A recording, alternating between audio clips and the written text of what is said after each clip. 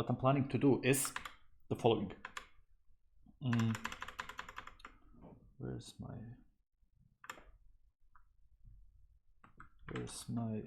it's here. So what I'm doing right now is I'm trying, as a complete noob, as a complete beginner, I'm trying to grasp my head around concepts of deep learning. And what I did up until now is I passed the basic stuff. So there's like the basics of the NumPy library. Then we did some basic functions, some derivative code, which we learned from math already. Then there's something that's known as chain length or chain rules.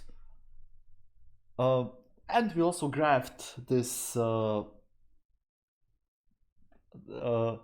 we graphed the chain rule of two methods that are in a chain, and also we graphed their derivatives. So now, let me just create a new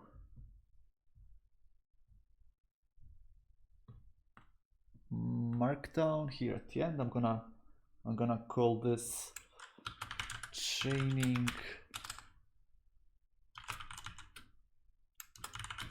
three derivatives.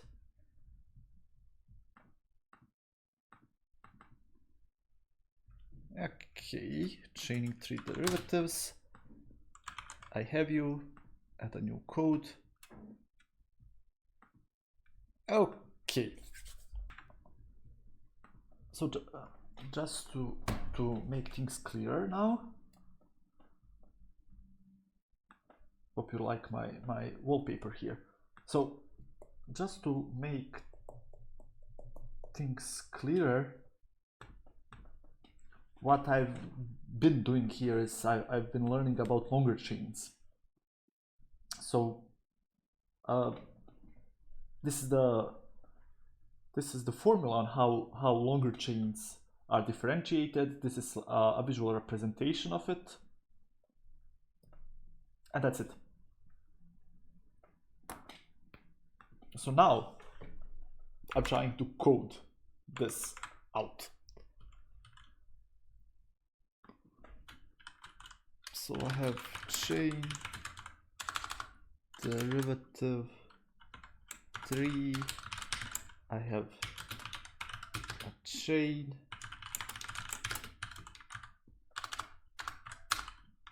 an input range, which is an NumPy array, produces the same thing.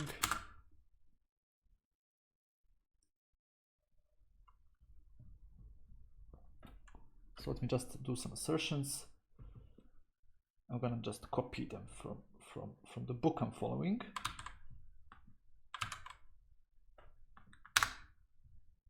Nice.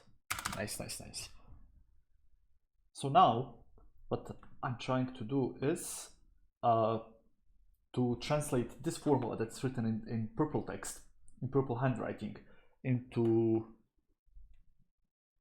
the code. All right, let me just take a look at it. Okay, f1 of x is f1, and we take the input range. What else? f2 of x, so it's gonna be f2, f1 of x.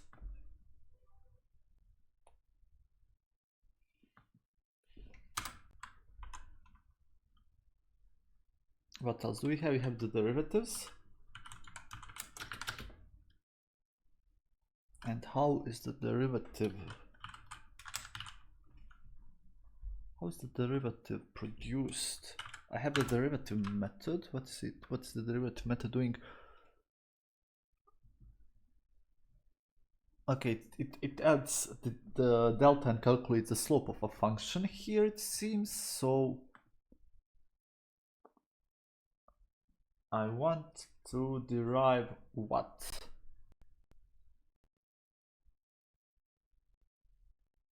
So it's f3, f2 of x, which is basically this. Let me just show you. So it's this part. It's the derivative of f3. So basically, I handled the derivative part by using the derivative method that I already have, and I'm producing. Sorry, and I'm producing here, if I'm not mistaken, the arguments. Yeah, so I have the function, I have the input, all right, and I have the delta. The delta, it's an approximation, so we don't need it here.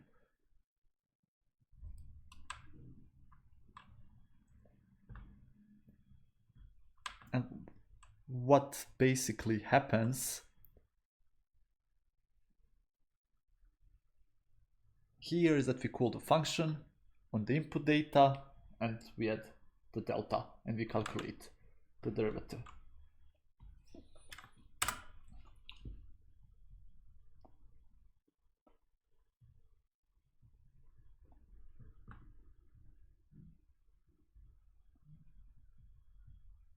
Same thing here.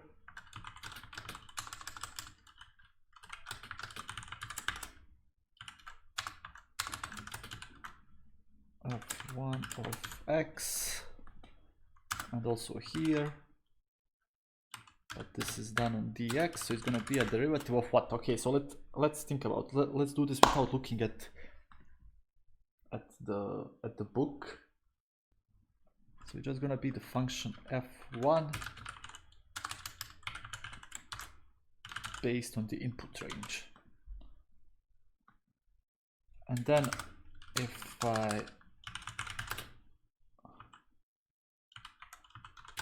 I return a multiplication of all of these quantities,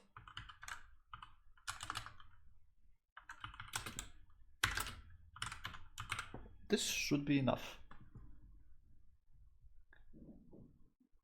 Execute above cells, execute this cell as well. Is it working?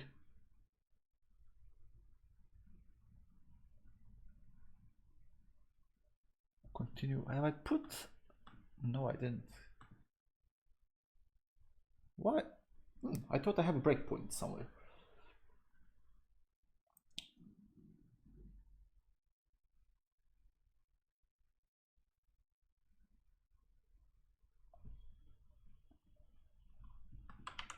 Alrighty. Hey Sadat, what's up? Sorry, I don't answer you. I'm trying to learn these things. Oops, I'm sorry for the sound you just witnessed. Hey man. Okay. Okay.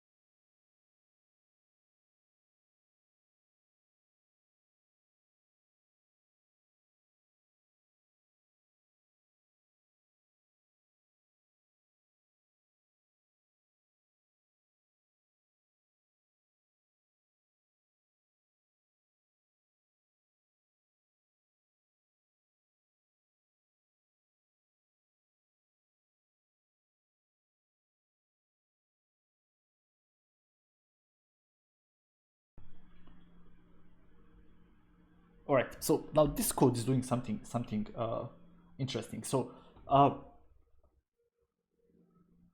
we are computing the derivatives for our nested, let me just remove this, for our nested functions or composite functions. And we have the chain rule, which works here in the formula that I just shown you. So what does it mean to go forwards or backwards? So we are evaluating a function and we are evaluating a chain of functions for a given input that we have. We compute the result in order from the input to the output. And this is called the forward pass because it goes step by step from the input to the output. So we have the input range here. We have the input range here, and then we compute the value of the first function applied to the input. So it's here. This is a forward pass, and then we use the output of f1 as the input to the second function here, and now we have the output of f2, and we can do the same thing for f3 as well, if it exists. So with the forward pass, we build up the intermediate quantities that we'll use later to compute the derivative. So I'll just write this down because it might be useful. Okay, so I'll just write it here. Forward pass versus backward pass. All right, so something to remember. Now, the backward pass involves computing the derivatives step by step in reverse order. So we start from the final function and propagate the derivations back to the input. And now this is where the chain rule comes into play. So we have here the backward pass, where we start with the derivative of the last function with respect to its input here, which will compute the rate of change of the f3 function with respect to these inputs here. And we multiply this by the derivative of the second function, and then we multiply this by the derivative of the first function with respect to the input, which is this right here. And then we combine these derivatives, and that's it. And why do we have two passes here? So the forward pass is computing the intermediate values that require that the functions themselves require, and backward pass is propagating the derivatives back from the last function to the first function, because that's how the chain rule works when calculating derivatives.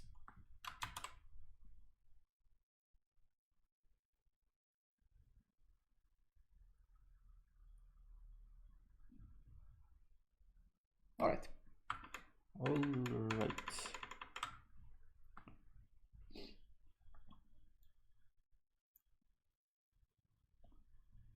So let's hope that this works. I'm gonna save this. I'm gonna add a new code snippet. I'm gonna copy this. So we have a plot range ranging from -3 to 3 with a 0.01 difference. And then we are chaining all of these methods that we have already written above. Plot chain derivative.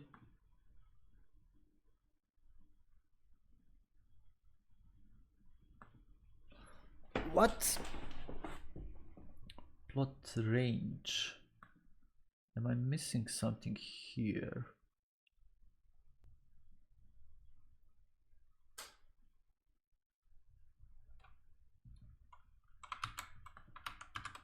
All right, will it work now? Why is it? Is this a debugging?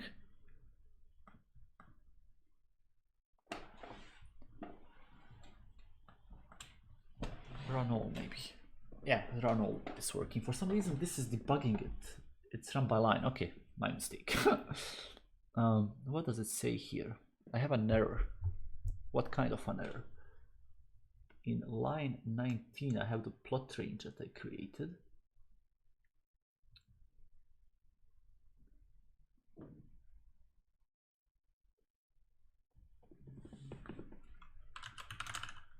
Module numpy has no attribute range. How?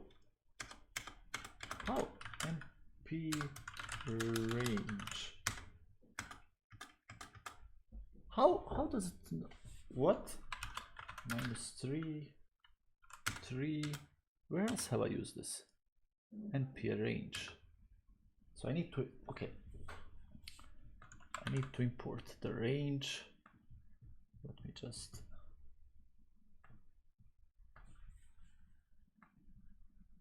See how it's done.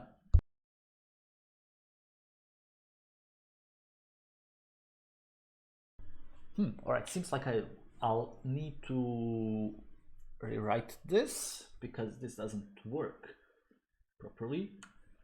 Okay, do I have all three of these methods? I think I should have them. Leaky relu, sigmoid,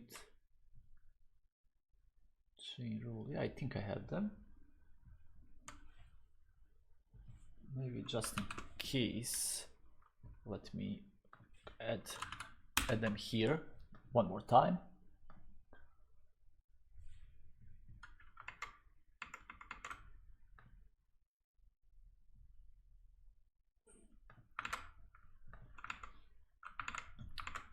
All right, so module numpy has no attribute named range.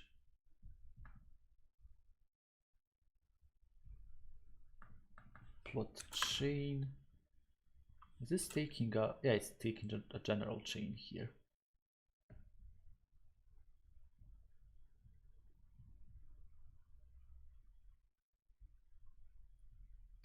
So I'm just gonna copy this and I'm gonna explain you what this does in a moment.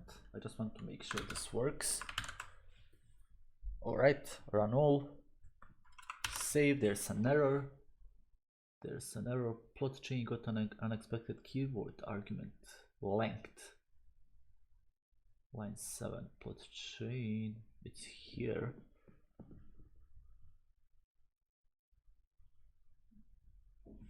All right, let's also import the plot chain and plot chain derivative here again.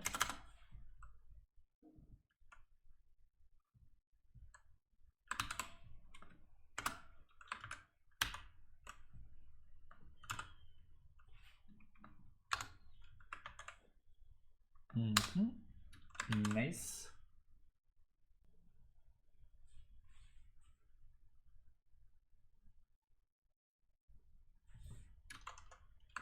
And I'm just gonna add the chain of length 3 here. I'm just following the book, I'm trying to see. Okay, this works. This works. This looks unruly.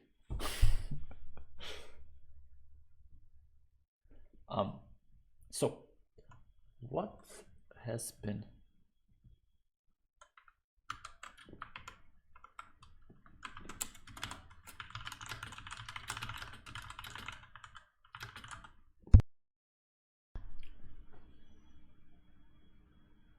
right? So let's start from this guy here. So we have in this code snippet we have two functions. We have the chain derivative 3 and we have chain length 3, which are used to compute the evaluation and derivative of a chain of 3 functions. So how does this works? How does this work?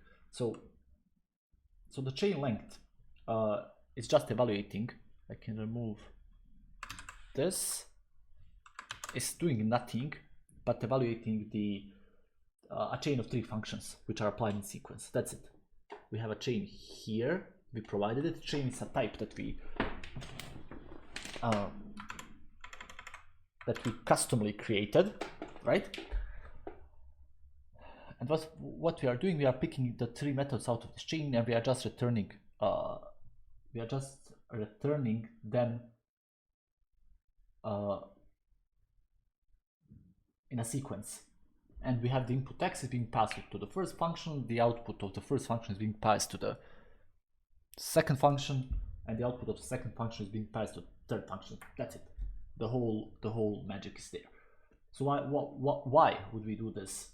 So if we have a composition of functions and we need to evaluate the final result, we do this. Now the chain derivative is computing the chain, the derivative of a chain of 3 functions using the chain rule of calculus. We do the same thing, we extract the functions, and then we have the forward pass. We compute the immediate result of f1 on the input range and f2 on what f1 produces.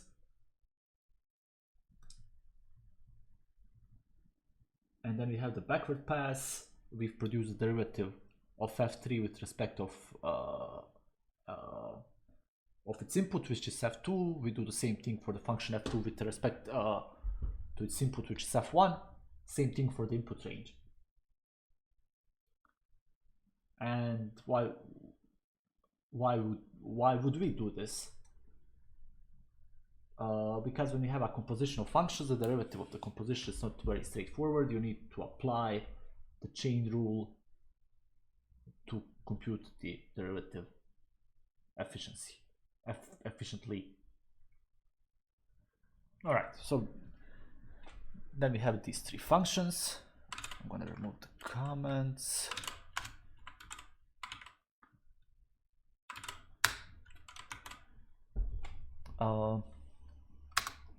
Now this one plots all of this. This one's gonna plot the chain, the other one is gonna plot the derivative. Here we just provide the inputs to our derivative, and that's it. That's it. I think this should be the logic behind it. Now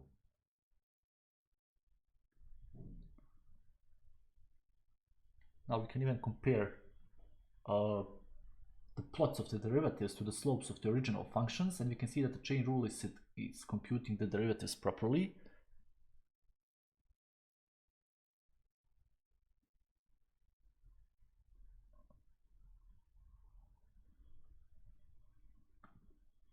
All right.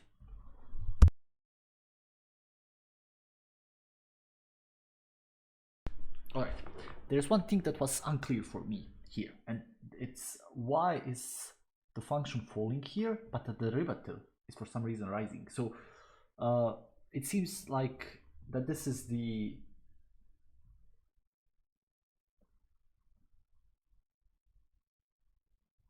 way how each stage of it works. So okay, so the first part, and I'm gonna only focus on the part from -3 to 0. We have the leaky ReLU function, which introduces a small slope for x's that are less than 0. So the output is a negative value. Well, where is leaky? Leaky, it's here.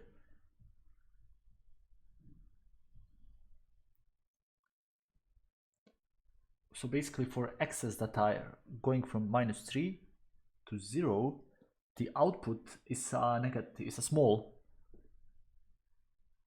negative number.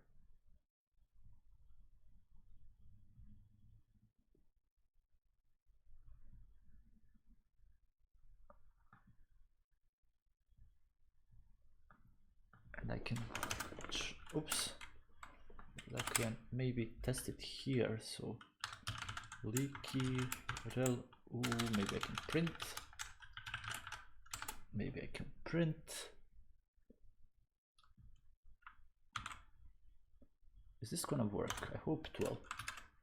So leaky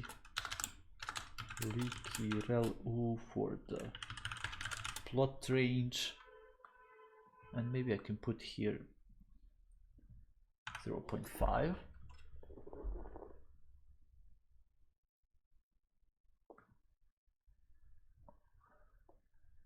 All right.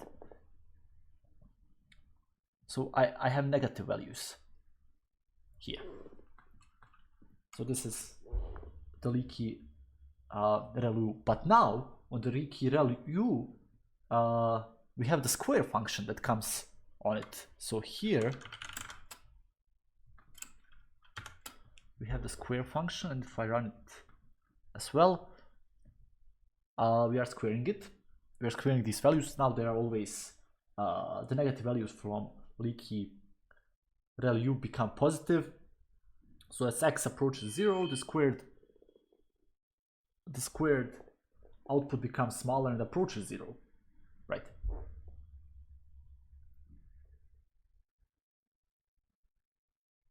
So for example, what was the first value? Maybe I should have. So as we increase here, this value approaches 0, and now we have the sigmoid, which squashes these values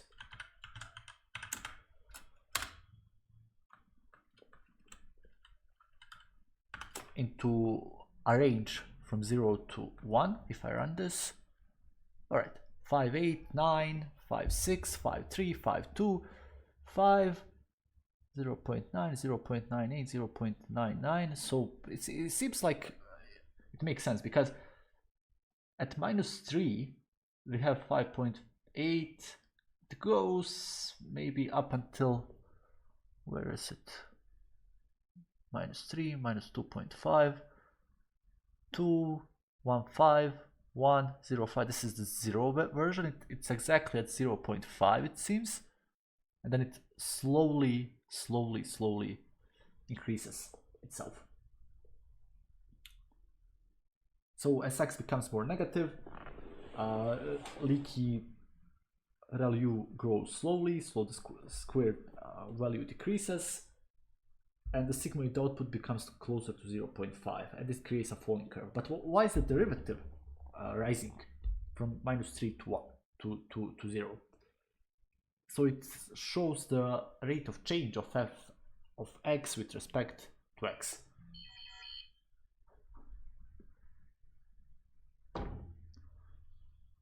So from -3 to 0, the derivative graph rises even though the function itself is falling. Okay, this is because of the chain rule and how the derivative of each steps behave.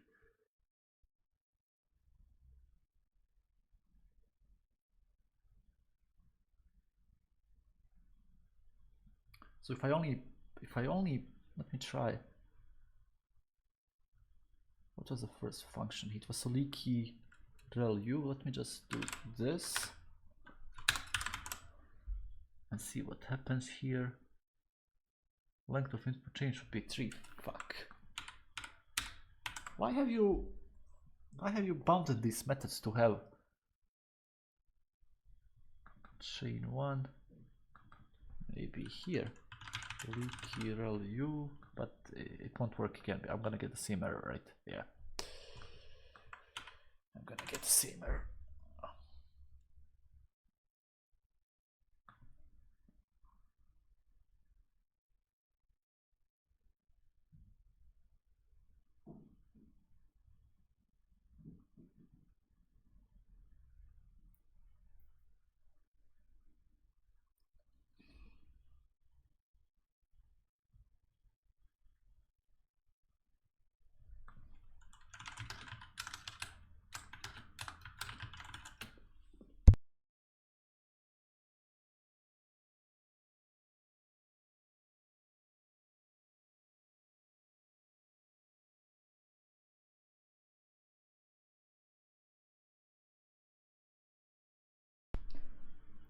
All right.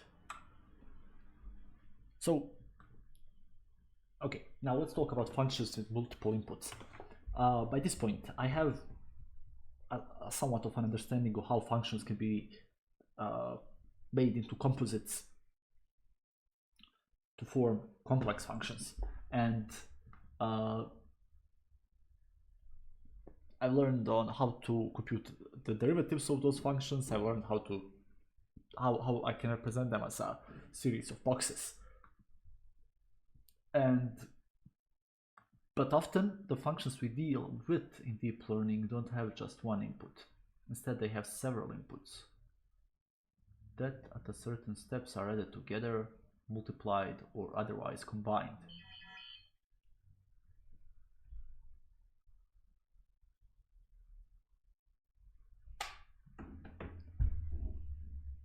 As we'll see, computing the derivatives of the outputs of these functions with respect to their inputs is still no problem.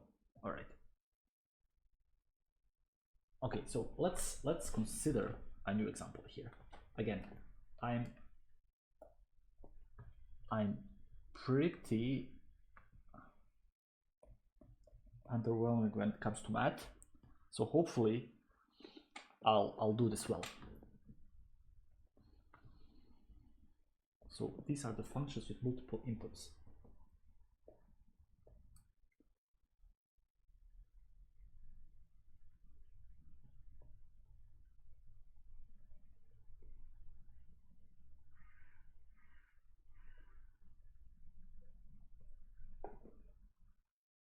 All right.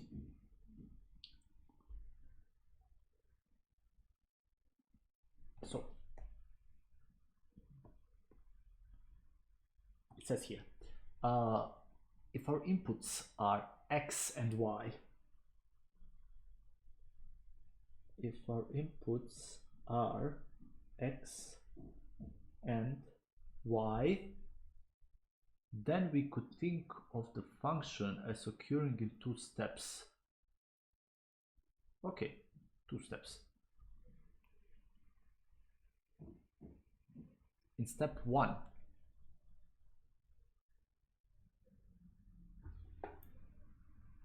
if our inputs are x and y, then the function is occurring in two steps. All right.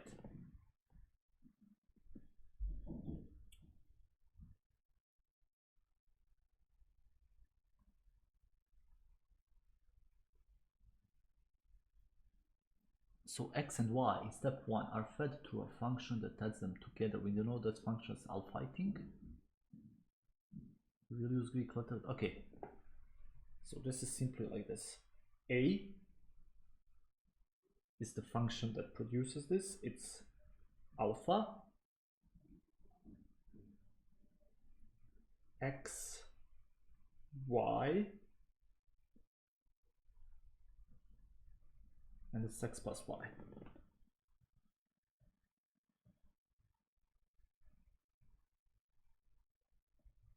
Okay. Now the step 2 would be to feed A through some function. Is this gamma rho?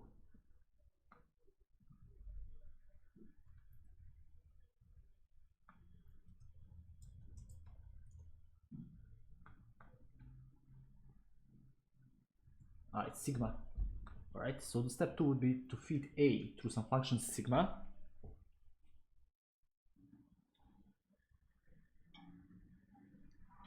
Like this.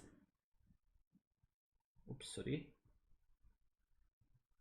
So it's S equals sigma of A.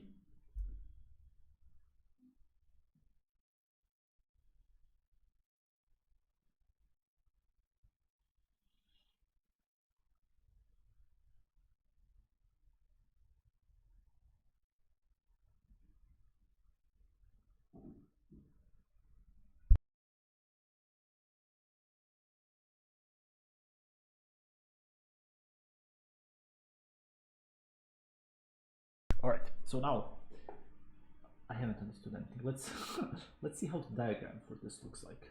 So we have functions with multiple inputs, and the diagrams with circles and arrows connecting them can be taught as computational graphs. All right. So what do I have here?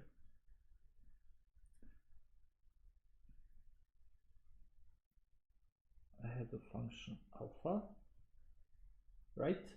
And I'm having x being an input. I'm having y being an input.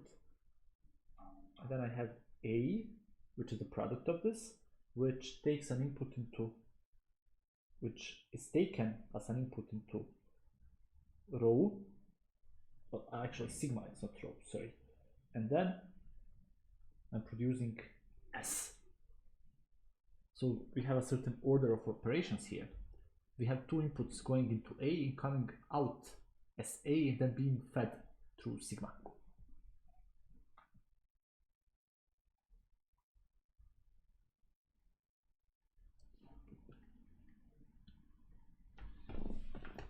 Alright, let's code this up.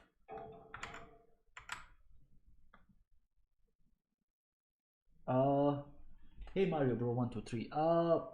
Sorry for not answering. I'm learning I'm following a book about deep learning, and I'm trying to understand how it works behind the scenes. I don't know, maybe change my profession or just because I want to learn something new. All right. So let's add a markdown first. How is this called? These are called functions with multiple inputs.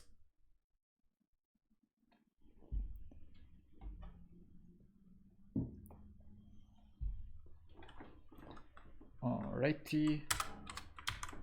Do I need to escape? Oh, okay, so it's escape, it's not enter. Then I'm adding code.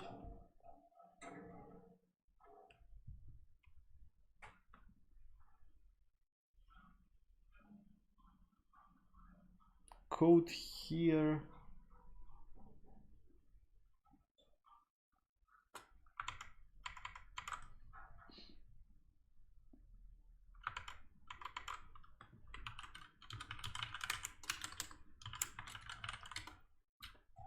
So this is an example of a function with multiple inputs. I'm just gonna copy it, sorry. Nice. So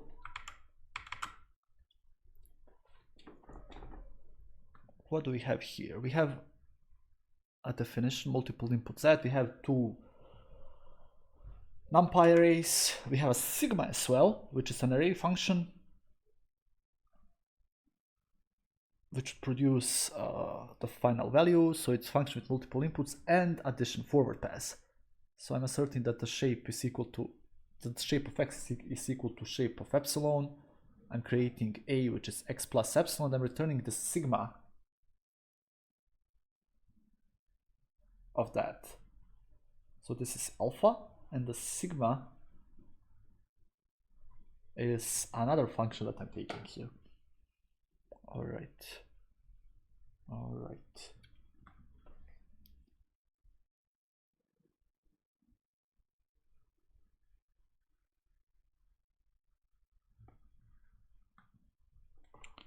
So what's the only thing that is a bit different? It's, I think, the assertion, because we are dealing with an operation that takes multiple ND arrays as inputs, and we have to check their shapes to ensure they have the same conditions for this operation. And for an operation such as addition, we need to check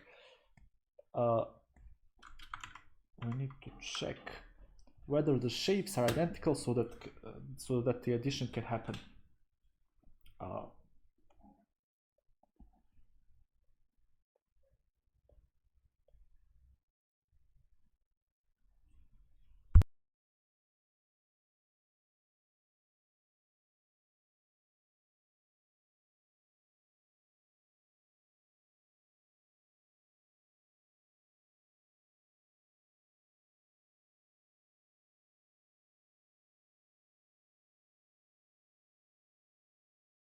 All right, so the next step would be to calculate derivatives of functions with multiple inputs. I'm gonna do, because I realized I don't have a focus for like doing multiple hour streams. I think I'm gonna create multiple 1 hour streams throughout the day. So today, if I do deep learning again, I'm gonna continue with this. Otherwise, I'm gonna do a stream on another topic. So thank you so much and see you in the next episode. Bye bye.